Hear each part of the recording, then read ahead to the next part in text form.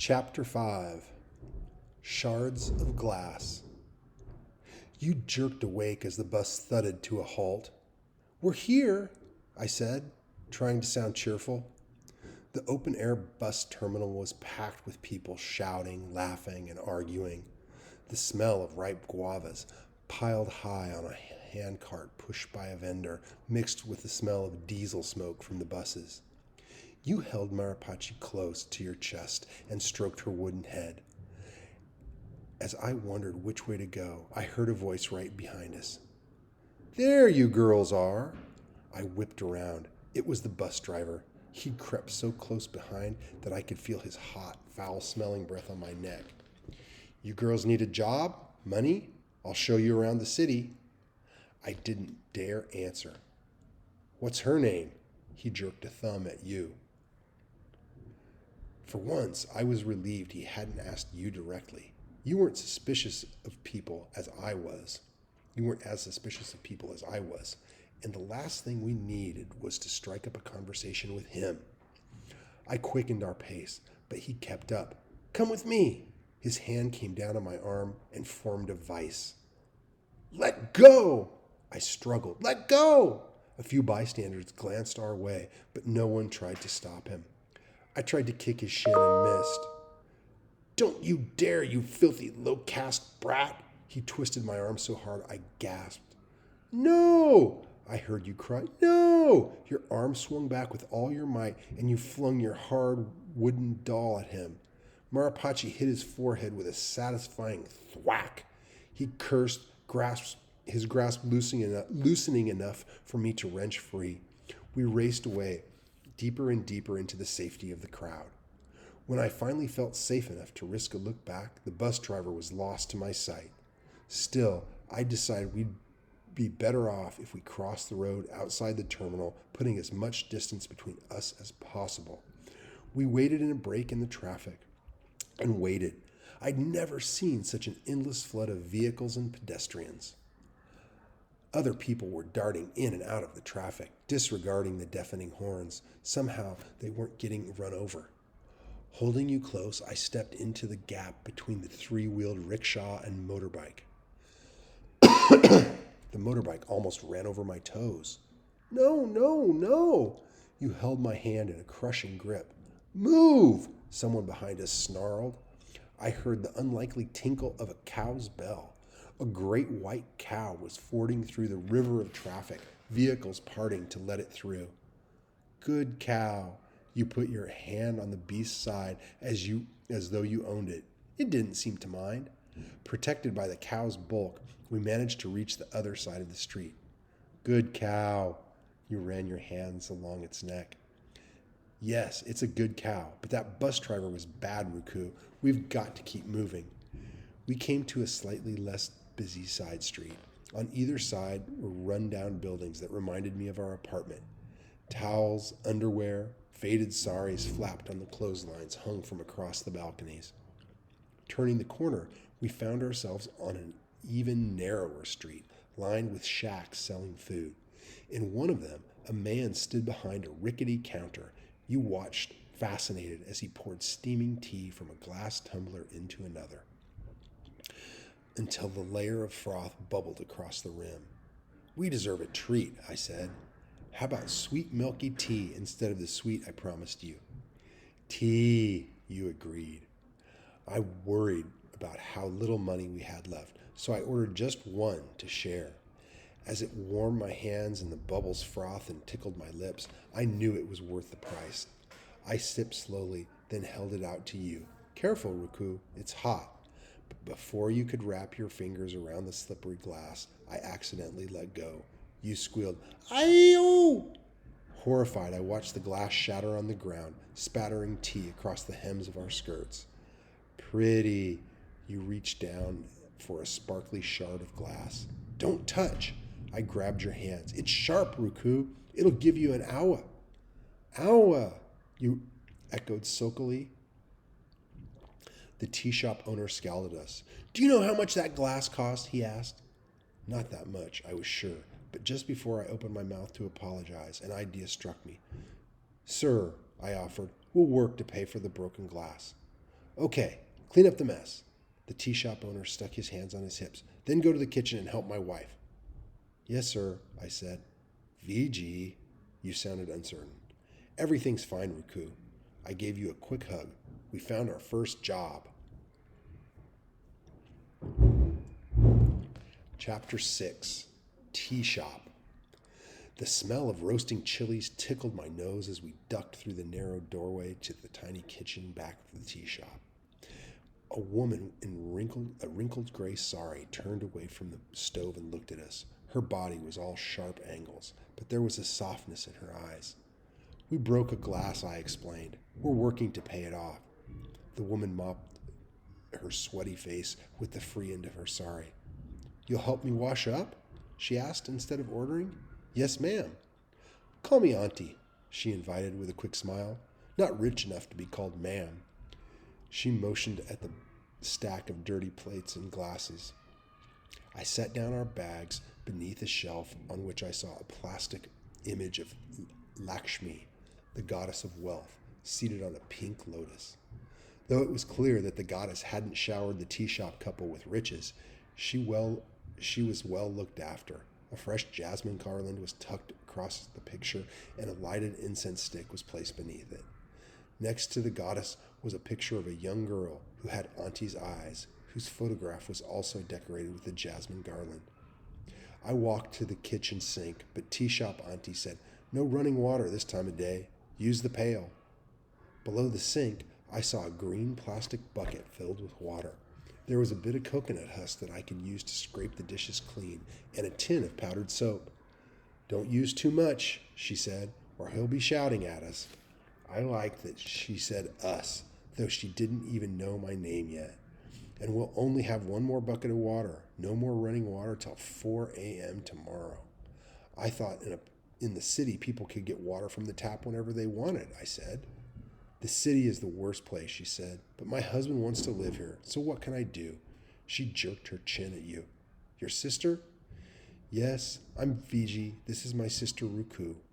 Poor thing. She looked down at you with pitying eyes, which I didn't like. But I kept my mouth shut. It could have been worse. She could have called you names, and then I'd have started boiling inside like the oil in a frying pan. You come from where? I rinsed off a glass. Ran away, she asked. Yes. There's no point in trying to hide it. Our story was clearly written on my swollen face and your cut lip, but I didn't want to tell her the details and risk her feeling even sorrier for us. Smoke billowed up from the hot oil, and tea shop Auntie turned back to the stove. She rolled some vadai dough into a ball. Before she could do much more, you came over, pinched off another bit of dough, rolled it between your palms just as she was doing. She can do that quite well, tea shop Auntie sounded amazed. Ruku's made vadis before. I tried not to let her surprise annoy me. Even the teachers at school, except for Parvati teacher, never bothered to find out how much you could do. Amma didn't really know either. She's good with her hands, and she loves making bead necklaces. Ruku likes beads. You flattened the ball into a perfect circle, concentrating with the tip of your tongue between your lips. Ruku's a good helper. Ah, very nice, tea shop Auntie said. I returned to the dishes as you helped her with the dough. You started humming tunelessly as you worked. Homesickness pinched my heart for a moment. I thought of the rare weekends when Appa was away and Amma had enough energy to join us so we could cook a meal together. By the time I was done with washing, my hands felt raw, but the dishes were clean and the tea shop man grumpily agreed I'd done more than enough. You'll be all right, tea shop Auntie asked, keeping her voice low so the tea shop man wouldn't hear. We'll be fine, I said. Looking relieved, tea shop Auntie pressed 2 large bananas into our hands and a few vadis hastily wrapped in a banana leaf into mine. And then she led us out through the back door into a lonely alley littered with plastic bags and broken bottles. Chapter 7. Lost Puppy. Dusk was beginning to fall as we wandered out into the narrow street. My courage fell, too, with every step. Fingering what was left of our money, I wondered how long it would last. I regretted being too proud to share our story with Tea Shop Auntie. I should have asked for help with finding a safe place to stay. "Find Maripachi," you demanded. "She's gone," I said. "You threw her at the bad man. Remember? Maripachi!" You repeated louder. "You saved me, Ruku. You're the hero." "Maripachi!" you yelled. "We have better things to worry about than your doll," I burst out. "Amma!" You turned your back to me. "Amma!" "She's not here either. We just have each other now." You plopped down, right there on the dusty street. "Fine, sir." "Fine, sit." "Ruku wants Amma. Ruku wants Maripachi." "Shouting's not going to bring them here." You scowled at me, and I spun on my heel and strode away, hoping you'd follow, but you didn't. I waited at the end of the street for a while, but you seemed quite content to stay where you were. You won that round. When I came back for you, you were bending over a skinny puppy with huge, dark eyes. "Get away from the puppy, Ruku. It might bite." At the sound of my voice, the puppy thumped its tail. You stroked it tenderly with just one finger. "Come on, please," I said. You started humming to the puppy. It licked you with its pink tongue. "I'm really sorry, Ruku.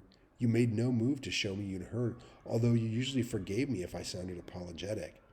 I crouched beside you. The puppy looked right at me. His nose crinkled like it was smiling. I couldn't help petting him. His coat was smooth.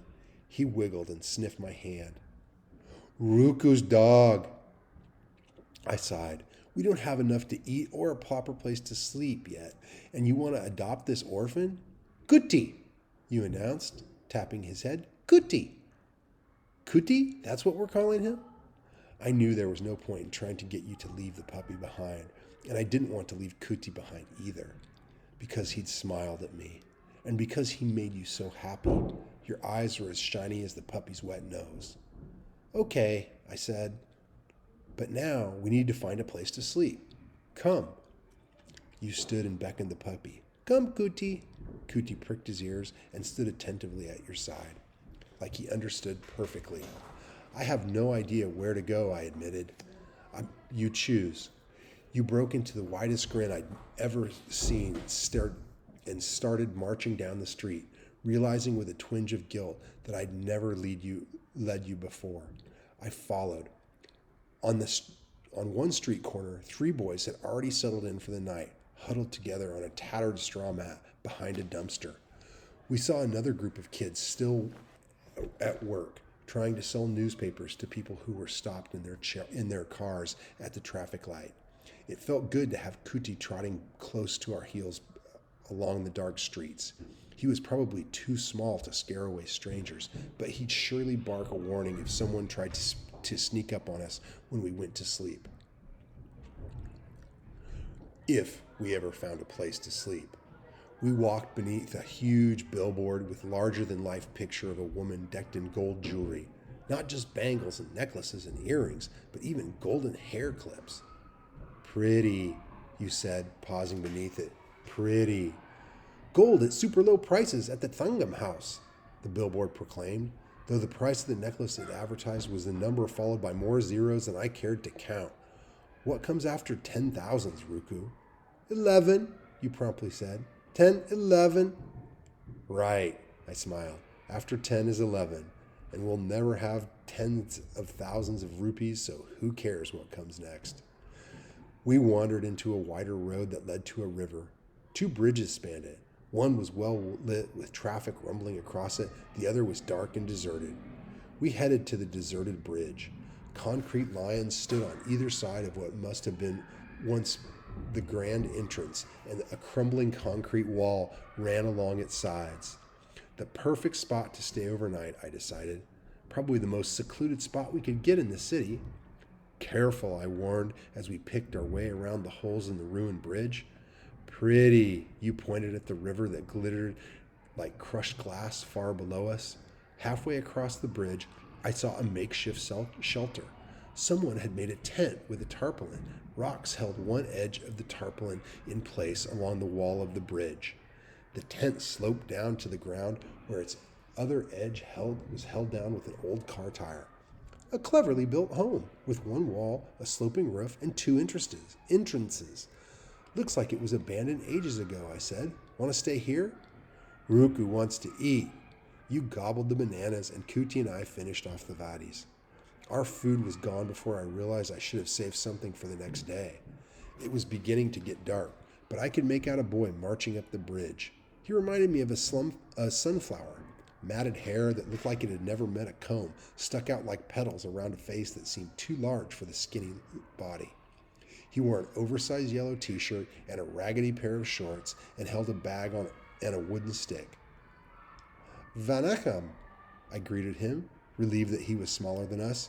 Go away, he said, instead of echoing Vanakkam in return. Polite, aren't you? I said. If you stay here, my boss will come and he punched the air. Shishum, shum!